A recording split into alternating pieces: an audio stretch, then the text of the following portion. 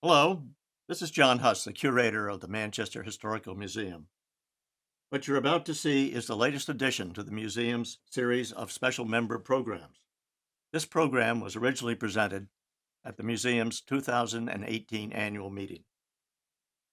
Not long ago, I acquired this little guide to peculiar place names of Cape Ann. Compiled from many sources by Gloucester native Justin Dimitri, it is designed to acquaint visitors to just some of the rich history and unique landmarks of Cape Ann. Justin is a visitor services director at the Essex Shipbuilding Museum, and with his encouragement, I decided to expand on his initial research and focus just on some of the more intriguing names in Manchester history.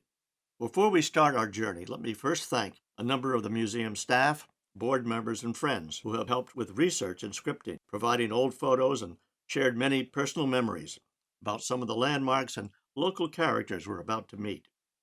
I also want to explain that since many of our subjects made their mark here in Manchester long before the advent of photography, many of the images on the screen will be representatives of those individuals and not their actual likenesses. Whenever I am presenting an actual portrait or photograph of the subject, he or she will be so identified on the screen. Okay, let's begin our journey with a visit to one of the town's most famous institutions, the MASCONOMO House Hotel. In 1878, former actor Junius Booth and his wife Agnes decided that the best way to entertain their wide circle of theatrical friends was to attach a grand hotel to their existing home overlooking Singing Beach. The choice of a name for the hotel, which could accommodate 300 guests, was easy. It was to be built on Masconomo Street, and that name was already part of local folklore. In fact, the name Masconomo goes back to June 13th, 1630. Not far from the entrance to what is now Manchester Harbor, the English ship Arbella is about to drop anchor. On board is a party of English colonists led by John Winthrop, the newly elected governor of the Massachusetts Bay Colony. He is on his way to Salem to assume his new post. Soon, as local folklore and the town seal indicates, he will be greeted by Masconomo, the sagamore of the local Pawtuckets, seen approaching the Arbella in their canoe. It is to be a cordial encounter. In Winthrop's own words, the American Indian, quote, came on board and bade us welcome, carrying with us all the day. Let me explain that while this encounter took place in 1630, our town seal bears the date 1645, that being the year Manchester became an official and separate and distinct township. The Pawtuckets were an Algonquin-speaking band of people who spent their winters in Lowell and their summers in Ipswich, Hamilton, Wenham, and along the shoreline of Cape Ann. The English later referred to the Pawtuckets as the Agawams, the name of one of the villages where they lived. Their primary summertime fort and residence was atop Castle Hill in Ipswich, now, of course, the site of the fabulous Crane Estate, one of the jewels of the trustees of reservations. Although no physical description of Masconomo exists from that time, Indian men living here were tall, about 6 feet, some even a foot taller. He may have worn an animal skin around his waist and legs and fastened together with a snakeskin. This portrait of Masconomo was painted by local artist William Henry Tappan in 1895 on the occasion of Manchester's 250th anniversary celebration. It was originally a full-length painting on canvas. Only the head and shoulders have survived, as you see here. Masconomo had good reason to be friendly with the English. A plague from 1611 to 1619 had reduced the Agawams by 1/3, only about 1,000 people surviving. They especially needed help protecting themselves against the Tarentines, fierce warriors from Maine who frequently attacked their brethren to the south. One particularly brutal custom of the Tarentines was to tie prisoners to a tree and then bite off pieces of their flesh until the victims died. Matters were made worse 3 years after John Winthrop's arrival by an outbreak of smallpox that killed about half of the remaining Agawams. Masconomo now needed help from the British more than ever, so in 1637 he made his first offer to sell land to the colonists. First to go was the Agawam's fort at Castle Hill, a transaction commemorated by this plaque displayed on one of the brick walls of the great house. A year later, in 1638, Masconomo signed over all his land from Cape Ann to the Merrimack Valley to Winthrop for a sum of only 20 pounds. In 1644, he then signed a treaty pledging to be loyal to the English and inform them of any Indian conspiracies. He also agreed to be taught the ways of Christian life. In return, the English would protect his people from the fearsome Tarentines. Masconomo did indeed become a Christian, and in 1655 was given 6 acres to farm. Several years later, in 1658, with almost no Agawams remaining in the area, Masconomo died, poor, disheartened, and friendless, as a ward of the state. Despite his sad end, he was given a proper Indian burial, appropriate to his status as a Sagamore, and was buried with his gun, tomahawk, and other personal possessions on Sagamore Hill in Hamilton. Years later, a young man unearthed his remains, scattered his belongings, and then impaled Masconomo's skull on a pole and paraded around town. The youth was punished, but according to Native American tradition, when one's grave is desecrated, the person will not rest until there is a proper burial. So finally, in 1993, more than 3 centuries after the death of the last Agawam on Cape Ann, a traditional Native American ceremony was held to put Masconomo to rest at this burial site in Hamilton. A recent visit there shows a variety of tributes are still being placed there in his memory. The legend of Masconomo remains firmly embedded in the consciousness of our community. As mentioned earlier, in 1895, Manchester observed its 250th anniversary with a celebration that lasted 3 days. On July 18th, 20,000 spectators, 11 times the local population, surged into town for festivities highlighted by a reenactment of the arrival of Governor Winthrop and his meeting with Masconomo. Here we see the Agawam Sachem leading a parade that ended at a special arena behind the town hall. Here the Agawams were joined by Winthrop and his party, where the 2 dignitaries shared a peace pipe. The role of Masconomo was played by a local policeman, Leon Andrews.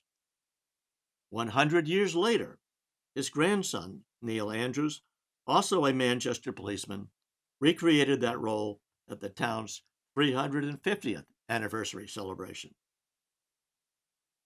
Masconomo is recognized today in Manchester with a park, street, and Knights of Columbus Council all named in his honor.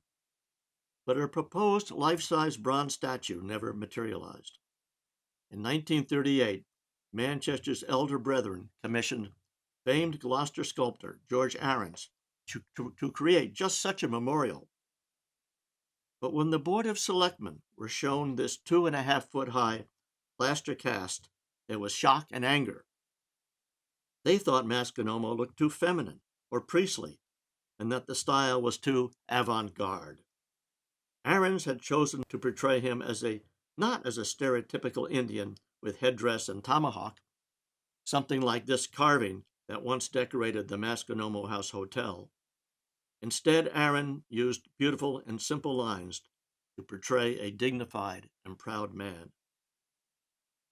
Although a life-size statue was never completed, private funds were raised in 1983 to purchase the original plaster model from Ahrens' estate, and a bronze replica was made. It is now displayed at the town hall. Ahrens' original plaster version can be seen at the Manchester Historical Museum. Masconomo, a man of peace and dignity, a man we should never forget. Not surprisingly, many of the oldest streets in Manchester are named after early residents, but only a few of those first settlers also had a brook named in their honor as well. This distinction goes to William Bennett, who in 1640 settled with a family of 3 in what was then the small village known as Jeffreys Creek. Several years later, Bennett's name appears on the petition to Governor John Winthrop to separate Jeffreys Creek from Salem. This was approved in 1645 when the town officially became Manchester. The fact that Bennett, a highly regarded carpenter, had done work for the governor may have helped the cause for local independence. William was a good, hard-working member of the new little community. He was Manchester's constable, and most important, in 1662, he built and operated the town's first grist mill. It was a tidal mill perched on two rock ledges where a brook still empties into the harbor. Here villagers would bring their wheat to have it ground into grist to make the flour for the baking of bread. William and his family lived in this tidy red house, which dates back to 1675, but it is unknown whether William was the original owner and perhaps its builder. In any event, he owned much of what is now known as Bennett's Hill, including a pond north of his home. This was the source of Bennett's Brook, which in turn flowed into the grist mill below. The pond was also used to harvest ice in the wintertime. Even though Bennett is today one of the town's shortest streets, back in the 17th century, it was certainly one of the most important. In fact, it was the only access to downtown Manchester from Salem, Beverly, and West Manchester, then known as Newport, was up and down this little street that now bears Bennett's name. Bridge Street, as we know it today, simply did not exist. Back then, that land was simply a stretch of mud flats flanking the harbor. This contemporary view of the west end of Bennett Street gives you some sense of the marshy terrain back then. This meant the only way to reach the center of town from the west was to climb up this windy little road, past the Bennett's house, descend to what is now the intersection of Pine Street, turn left, travel north a short way, turn right in a lane that ran along the base of Powder House Hill, and then pass just north of the pond that was fed by Sawmill Brook. This puts you at the west end of Friend Street. Now proceed down Friend to School Street, turn right, cross a small bridge spanning Sawmill Brook, and at last you enter downtown Manchester. In 1771, after some 3 years of weighing various options to improve access into Manchester from the west, the town finally approved the purchase of land from the Bennett and Cheever families in order to build bridges across the mud flats below Bennett's Hill and Bridge Street, as we see it today on the right, finally became a reality. This created a new, very busy intersection where Bridge, Bennett, Pine, and Central Street, all unpaved, converged. On the right was once Simon Sweet's livery stable with a town pump and trough to water your horses. In the triangular wedge dead center, Mr. Colbert had a harness shop. Earlier, it had been a cider mill where thirsty visitors could quench their thirst. Over time, the building became a hairdressing shop, then a photographer's studio, as we see here, and eventually a private residence. With Bridge Street now open, Bennett Street effectively retired from public view. In fact, in an 1830 history of the town, it is referred to simply as Back Street. While commercial traffic certainly favored Bridge Street to the back street, scores of youngsters still enjoyed sledding down Bennett Hill. And starting in 1874, hundreds more trudged there every day to attend Story High School when an existing building was converted for the purposes of higher education. Named in honor of Dr. Asa Story, a much beloved member of the school committee, it was greatly enlarged in 1927, as we see here, and finally torn down in 1953. A private residence now enjoys a magnificent view from the crest of Bennett Street. Rich in history, Bennett Street today offers walkers a wonderful panorama of architectural styles, especially its cluster of 17th and early 18th centuries homes. It is truly a little gem. No venue in our lovely town is more popular than Tux Point. There we gather to picnic, fish, sail, or simply enjoy the passing parade of lobster boats and graceful yachts. And as my grandson Xavier and I discovered last summer, It is also a great place to catch crabs.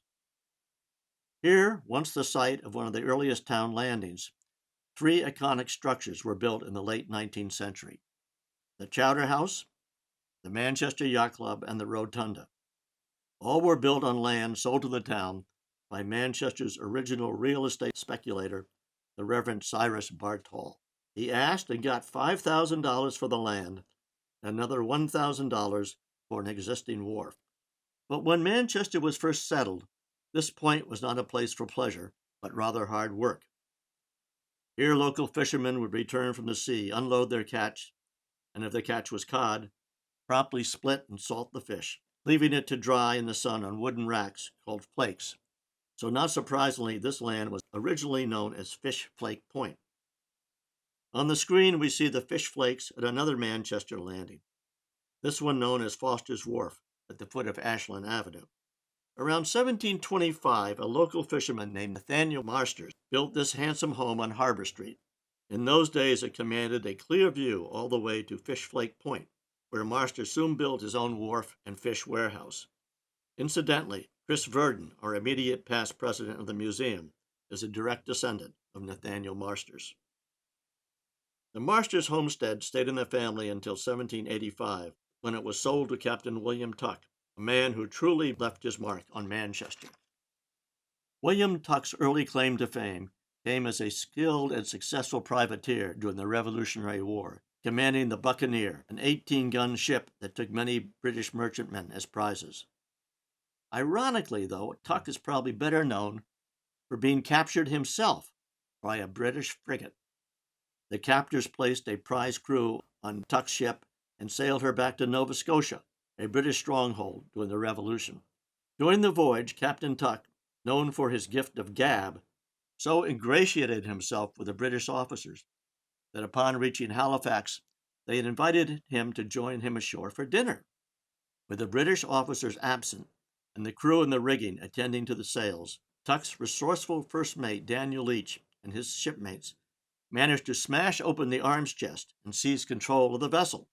When the British officers, accompanied by their American guests, returned from dinner, undoubtedly none the worse for wear, they were greeted on deck by Leach, who declared them his prisoners and handed command back to Captain Tuck, who happily weighed anchor and sailed back to Boston.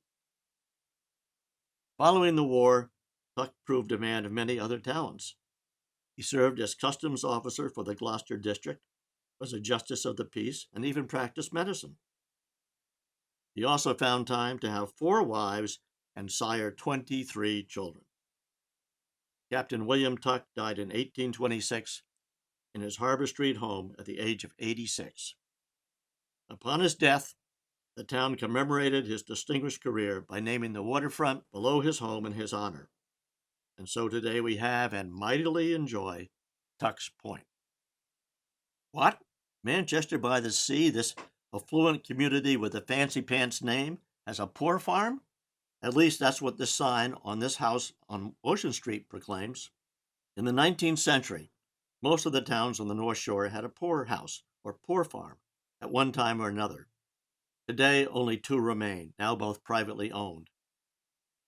Here's the old almshouse in Essex as seen in the 1880s. In 1825, the townspeople of Essex bought Captain John Proctor's farm to care for the poor. It included some 100 acres on Conomo Point. The 2-story building on the right was built to house the indigent residents. Manchester's former poorhouse still stands, now a multi-family home. It once commanded a sweeping view across a meadow to White Beach. Poorhouses offered lodging to, quote, just about anyone who wasn't tacked down, which meant orphans, children from broken homes, neglected infants, as well as prostitutes and the aged. Many poorhouses were connected with a poor farm, which provided food for the residents as long as they agreed to work in the fields. The buildings of the Essex Poor Farm are seen here at the left in this 1895 photo of Conomo Point. There are all sorts of records from the time Manchester maintained its poorhouse, with notes indicating who was staying there, what the funding was, and what was being provided for the occupants. Certainly, no one was more diligent in this regard than 29-year-old John Lee, who lived in this house on School Street. Known to be a very respectable and serious young man, Lee was not only a town selectman, but also the overseer of the poorhouse. Here we see one of his diaries in which Lee kept copious notes about Manchester, including life in and out of the poorhouse. Lee writes that the poorhouse was probably not a bad place to be when Fanny and Elizabeth landed here in 1841. It turns out the pair were notorious ladies of the night who had been bouncing from town to town. One hopes they enjoyed their stay here in Manchester. Here's another passage from Lee's diary. Was called upon by the wife of Mr. A.L. She requested that something be done with her husband or herself, as she could no longer endure the treatment she received from him. I went and found the family miserable. He and his wife quarreled almost continually. In consequence, I conceived of the too full use of rum. We assume the lady of the house has received immediate assistance from a concerned Mr. Lee. The land on which the Manchester poorhouse and an adjacent farm stood was considered a public park. In 1894, however, the poor farm apparently closed its doors. At a special meeting at the town hall, it was voted to sell to Mr. Francis M. Whitehead of Chicago the White Beach pasture for $40,000. No mention is made of the fate of those living at the poorhouse at the time of sale. On Wednesday, January 6, 1892, the U.S. Revenue cutter Albert Gallatin was steaming past Singing Beach on her way to Provincetown. Her captain, Eric Gabrielson, recalled, the weather was thick and it had begun to snow. Suddenly, without warning, the ship stopped dead in the water, having struck an underwater ledge. Unable to free the boat, Captain Gabrielson ordered all hands to abandon ship. In an interview published in the Manchester Cricket, the captain described the harrowing scene. The seas were breaking over her. The after part filled rapidly. The smoke pipe went by the board to starboard, striking as it fell the ship's carpenter, who was in the bow at the davits. It struck him on the head, and his body was carried overboard and lost. The rest of the crew took to lifeboats and soon washed up near Eagle Head, where 3 of the 4 craft were destroyed in the pounding surf. The survivors then took refuge in a home owned by the Babcock family on a bluff overlooking the beach. They were soon transferred to the Manchester House Hotel, where they found shelter and refreshment, courtesy of the town selectmen. The next day, the crew was transported to Boston by the Boston and Maine Railroad, free of charge. Throughout the community of Manchester, Captain Gabrielson was much praised for acting coolly, standing at his post, calmly giving orders as his ship went down. In the best tradition of the sea, the captain was the last to leave the decks. The rock that destroyed the Gallatin was appropriately named Boo-Hoo Ledge, having caused tears to rise in the eyes of many a mariner. Even though the ledge was considered a hazard to navigation, it was at the time unmarked. About 50 feet in length, the rock is 2 feet underwater at mean low tide. Some 18 years earlier, a yacht owned by wealthy summer resident Greeley Curtis had also struck Boo-Hoo Ledge. Shortly thereafter, the ledge was marked with a spindle, but this disappeared 3 years later in a winter storm and was not replaced as Captain Gabrielson and the crew of the ill-fated Gallatin were destined to discover. According to the Cricket, Boo-Hoo Ledge takes its name from the peculiar sound it makes at times when a heavy sea washes over it, which makes about as much sense as some of the explanations for the name of Singing Beach. Commanding a prime location on the common is this handsome circular granite drinking fountain. And no, I have not misspelled town, as the title of this segment might suggest. While it is most certainly the town's public fountain, we can thank Manchester's town family for its welcome presence. It was donated to the town in 1895 in memory of Manchester residents John Henry Towne and his wife Marie R. Towne by their children, Henry, Helen, and Alice. Their generous gift was to be in place in time for the celebration of Manchester's 250th anniversary on July 14, 1895. And what a party it was! Speeches, music, historic reenactment, and a huge parade with floats, military units, bands, and lavishly decorated carriages such as we see. In the foreground is the carriage owned by Mrs. Gordon Prince, winner of first prize. That evening, the merriment reached new heights with a gigantic hour-long fireworks display. There was also a dazzling electric fountain, which simulated falling streams of water illuminated in many colors. This, however, was not the memorial fountain the Towne family had hoped to have in place for the celebration. That did not arrive until a month later. The Cricket of August 31st, 1895, reported the following. The fountain for the Common arrived last Monday, coming over the road from Lanesville, drawn by a 5 yoke of oxen. The granite came from a quarry in Maine. It was transported to a workshop in Lanesville, where the cutting and shaping took place. The base of the fountain is one solid block of granite, 8 feet in diameter, and weighs 9 tons. The shaft rises 6.5 feet, and the entire fountain is surrounded by 2 granite steps. The Cricket further reported 2 men were employed 2 months cutting out the basin of the base. It was intended to have the fountain set in time for the anniversary, but work was greatly delayed on account of finding a default in the first stone that was cut, being obliged to condemn it after it had been nearly finished. John Henry Towne was a wealthy Philadelphia businessman and much respected philanthropist. In 1867, he purchased 25 acres at Eagle Head, where he eventually built this summer home. He also acquired considerable acreage in the Kettle Cove area.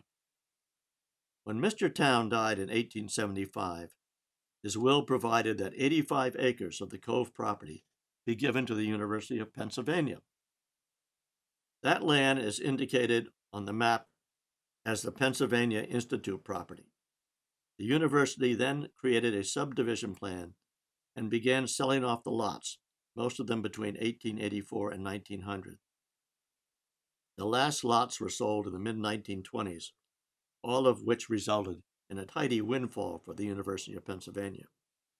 So now you know why this part of town is known as University Lane. Towne attended the University of Pennsylvania for just 1 year, but as is obvious, was a significant benefactor. Not surprisingly, the university recognized his generosity with an honorary degree. 2 final observations about the Towne family. John Henry's sister, Anne Sophia Towne Dara, obtained considerable notoriety herself as an outstanding landscape artist. Upon her death in 1872, the MFA held a retrospective exhibit of her work, with 262 of her paintings on display. We are grateful to have several of her oils in our collection at the Trask House. Finally, there was John Henry Towne's daughter, Alice. In 1878, she was instrumental in raising money to buy much of the woodland along the Old School Street in Manchester and Southern Avenue in Essex, including what was known as Cathedral Pines. This land is now an important part of the Manchester-Essex Conservation Trust. The Towne family, generous benefactors to the town of Manchester. Before a certain Harvard professor arrived on the scientific scene in America in the mid-1800s, if someone had been walking into what is now Agassiz Rock Reservation and wondered how those enormous, oddly perched boulders ever got there, the answer might have been, well, that they arrived by a flood of biblical proportions, something perhaps that caused Noah to launch his ark. It took a brilliant, if controversial, scientist at Harvard to popularize a far different explanation, that of a natural force called glaciation. Born in Switzerland in 1807, Louis Agassiz came to the United States in 1846, not realizing then that it would become his permanent home. He went on to become a professor of geology and zoology at Harvard, lectured all across the East Coast, and assembled a collection that would become the Harvard Museum of Comparative Zoology, seen at the right. Tireless in his scientific pursuits and publishing more than 400 scientific papers and books during his life, Agassiz was an extrovert with a big ego who adored his enormous popular following, including himself, as this double exposure suggests. He was the unquestioned leader of the natural history movement in America. Today, he is best known for his ideas about glaciers. Agassiz didn't originate the theory that there had been an ice age and that enormous ice sheets covered areas where they don't exist today, but he did popularize the concept. He helped establish the field of glaciology and used erratics to support his hypothesis about the last global ice age. Erratics were boulders of a different size and type from the native ones in that landscape. To get there, these erratics had been moved by a great force. Agassiz figured out the force were glaciers, ice sheets that shifted and moved, exerting a force so strong they dislodged and carried forward everything in their path. Agassiz referred to these dislodged boulders, these erratics, as the wandering bohemians among rocks. Despite Agassiz's enormous popularity and fame, he was also controversial. For one thing, he did not agree with Darwin and his theories about evolution. While Darwin saw a continuum between extinct species and one still living, Agassiz believed that during times of extinction, God would intervene and create new species. Today, we would say that Agassiz was a scientist, but also a creationist. Back to Agassiz Rock. It is believed that Louis Agassiz visited the site at the suggestion of one Frederick Burnham, who owned this 216-acre property east of Northern School Street. There, Agassiz was awestruck by two enormous monoliths, which today bear his name. Little Agassiz, with its pinkish hue so different from the surrounding ledge, sits on top of the hill. Big Agassiz stands 30 feet tall in the wetlands below. It is the largest erratic in Essex County. These erratics match granite found in Andover, and it is remarkable to imagine that something like Big Agassiz, which was calculated to weigh about 3,763 tons, to have been carried that far by ice sheets on the move. They were deposited in their current location sometimes during the end of the last ice age, about 10,000 years ago. They are a reminder that once the landscape here was covered in 2,000 feet or more of ice. Even though it was probably only 9 or 10 degrees colder then, the summers were not warm enough to melt the winter snow, so the ice cover kept building up over the years, and we thought this past winter was endless. We don't know how often Louis Agassiz visited the Manchester site, but we do know that a year after his death in 1874, a group of students from the Essex Institute named the site in the honor of the famous scientist. Many years later, in 1957, with funds given to them by Arthur W. Stevens of Boston, the trustees of reservations were able to purchase the property and open the park to the public. If you haven't paid Big and Little Agassiz a visit lately, make it a must.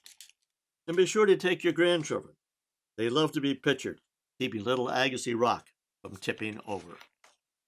Keep your eyes peeled as we cruise along the inner harbor to visit our next destination, Peele House Square, a residential apartment complex developed some 40 years ago by Sea Rock Estate.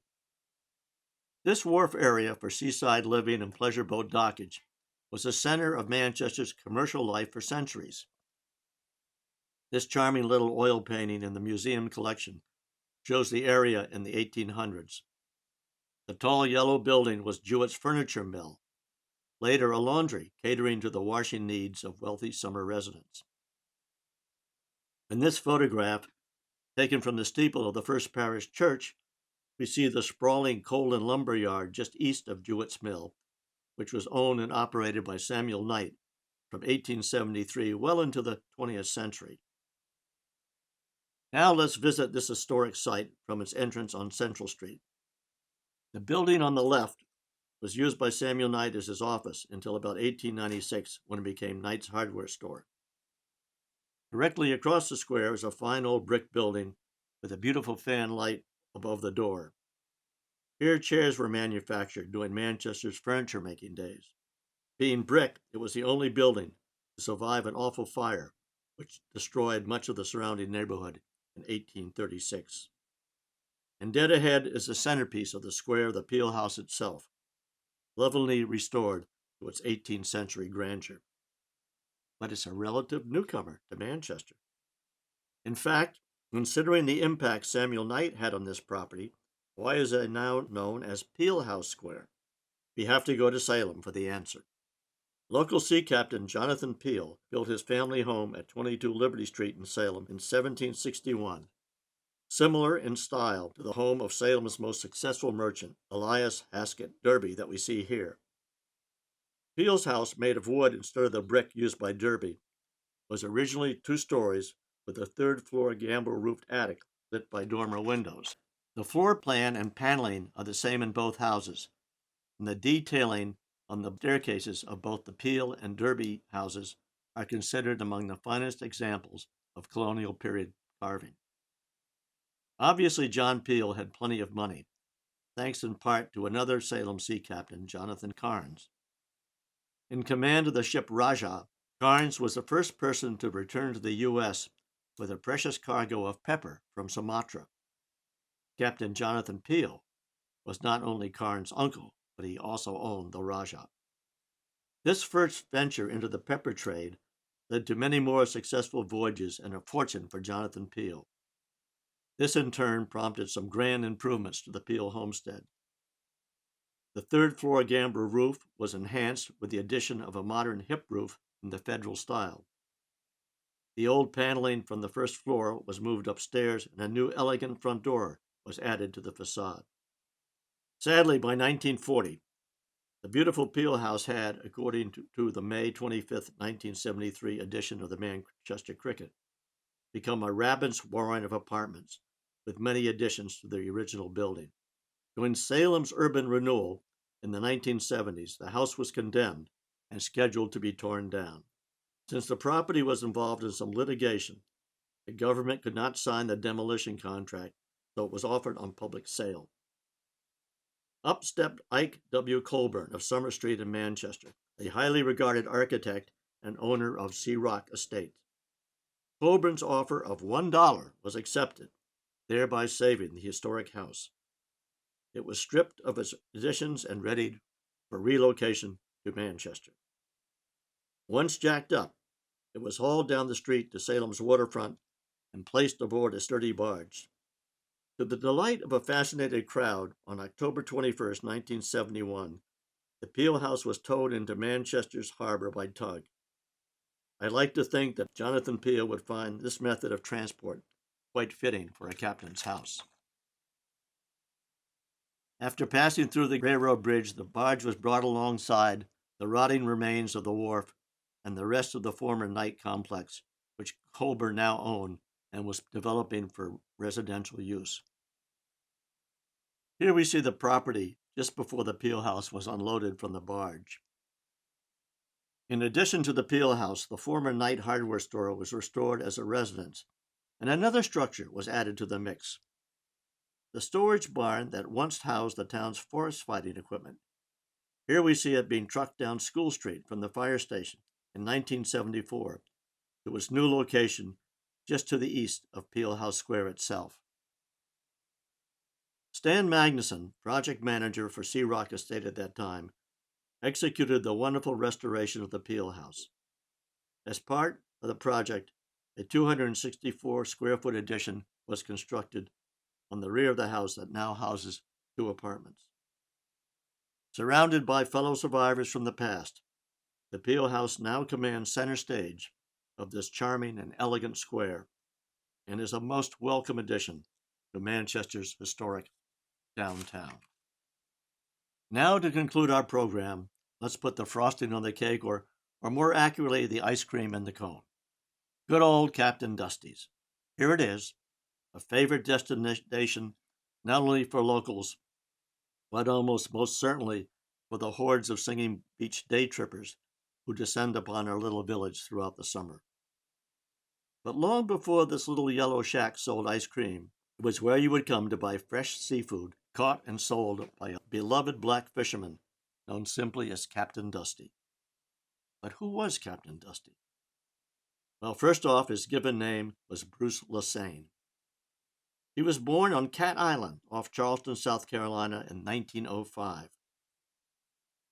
The island, which is now a wildlife preserve, was privately owned by the millionaire father of Tom Yawkey, well known in these parts as a former owner of the Boston Red Sox. As a youth, Bruce had a job, feeding the alligators on the grounds of Yawkey Island, earning 50 cents a week for his efforts. He eventually worked his way north, finding himself in Boston, where at the age of 21 he began working as a Pullman car porter. They sent me to school for 6 weeks, and I learned how to cook, cut hair, and shine shoes, he recalled in a 1938 newspaper interview. Bruce Lesane then had the good fortune to be hired as the personal porter aboard a luxurious private Pullman car owned by wealthy Manchester summer resident Albert C. Burridge. Born in Boston, raised in California, a graduate of Harvard, Burridge made his fortune in copper mining along with many other ventures, and by the end of the 19th century was one of the most successful business tycoons in America. To manage his various enterprises, Burridge traveled by train from coast to coast in his private car. "My home was a train," Lesane recalled. "We traveled all across the country, California one week, New York the next, maybe up to Quebec. It was a great life. I got to see the country, and I got paid for it." In addition to this modest 28-room estate in Redlands, California, Burridge owned a mansion on Commonwealth Avenue in Boston. In 1921, he then purchased this 8-acre estate on Norton's Point in Manchester, which he called Seahome. Often seen anchored offshore was the Burridge yacht, the Aztec. Albert Burridge was certainly enjoying the good life, and one can assume his personal porter, Bruce Lesane, was prospering as well. All this came to a sudden end when the stock market crashed in 1929. Much of the Burridge fortune disappeared. To pay creditors, Burridge even had to sell off his beloved private railroad car. In 1930, it was uncoupled, never to roll in such splendor again. A year later, Albert Burridge passed away. Bruce Lesane, now unemployed, took a train back to Manchester. He disembarked, looked across Beach Street at the beautiful harbor, and immediately knew what the future held in store. Regardless of the job market, people still had to eat. So Bruce set about learning how to catch fish and lobsters. He started hand lining from a rowboat. What fish he caught, he would then pedal around town in a wheelbarrow shouting, "A nickel a pound, in the round." He soon realized customers preferred to have their fish cleaned, not in the round. So he went to the library and read how to clean his catch, raising his price another nickel for the fillets. But his real focus was on catching lobsters, big ones. Soon the only black lobsterman on the North Shore had a loyal clientele. He also acquired a wife, Margaret, someone he had met while attending the New England Conservatory of Music.